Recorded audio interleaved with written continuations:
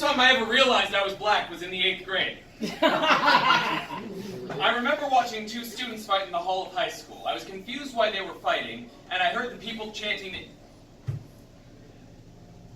the N-word. I mean, chanting it. The other black students began to push and shove, and it turned into this huge fight. I ended up getting thrown into lockers and getting knocked out. It was more embarrassing than painful. Only one white student got detention. For a day. For the black students, the decree handed down from the administration was simple. Any fighting would result in 10-day suspension or worse. When I told my parents what happened, my mother shook her head and told me, "Don't you ever get in a fight on that school. They'll throw you out and give that other little cracker a cookie." I learned 2 valuable lessons that day. Learn from your mistakes and keep your head down. Good start? This is a section of my story. There's a lot of stories that need to be told. And here's mine. Well, technically, yeah. I hope you don't mind.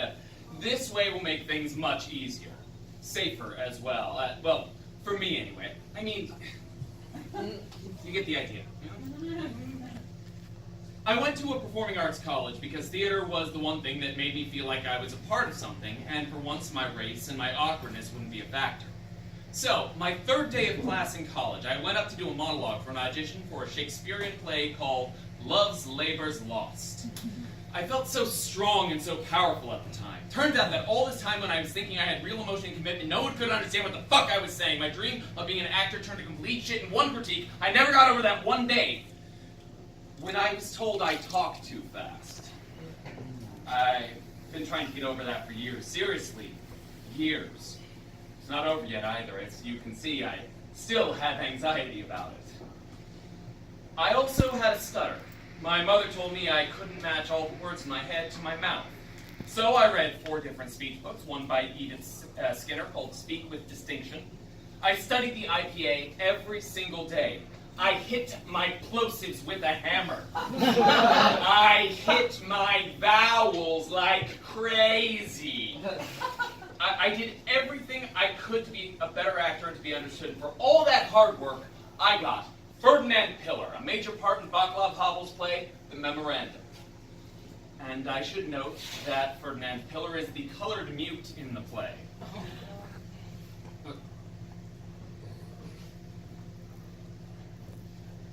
Apparently, I also speak like a white person.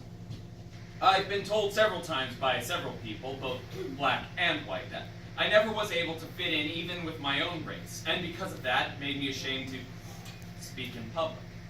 I've been told I talk like a white man, I walk like a white man, sometimes even act like a white man. Why talk for myself? Why not have a white man just talk for me? Maybe they'll hear me now. It makes me self-conscious. It's scary. Imagine wanting to be in a business where rule 1 is being understood and you have to say things twice and you feel shame about your voice. You feel ashamed because you don't sound like a certain race. You talk too fast. You stutter.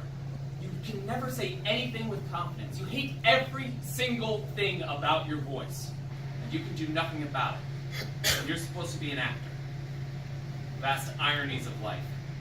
And then there's the other thing. Mike, what other thing? No, we've only got like 5 minutes here, right?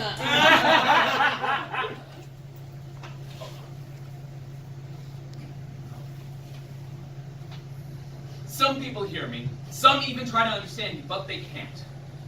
You know what makes it really hard are those white people who tell me they get it. They grew up poor, they grew up afraid of the police, they grew up being criticized. They go through the same things I do. No, you don't. You don't know what it's like at all.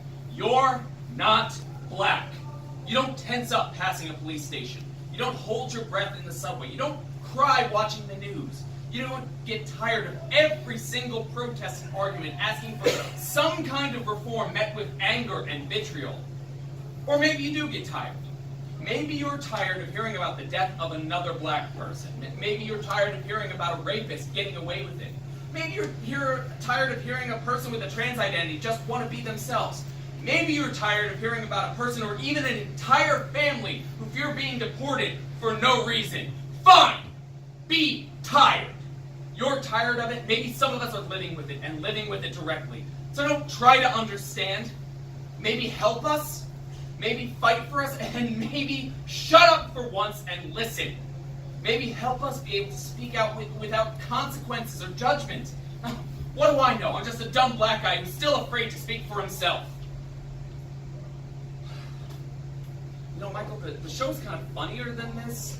Can we just, lighten it up a little bit? I don't know, talk about religion. Come on, if we're going to be talking about this much stuff, religion and politics are pretty important. You'll like this, religion.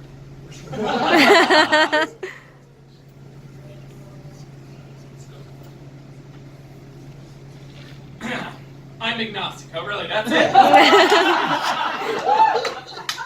what about politics? Politics, always fun. Really inclusive, too, always.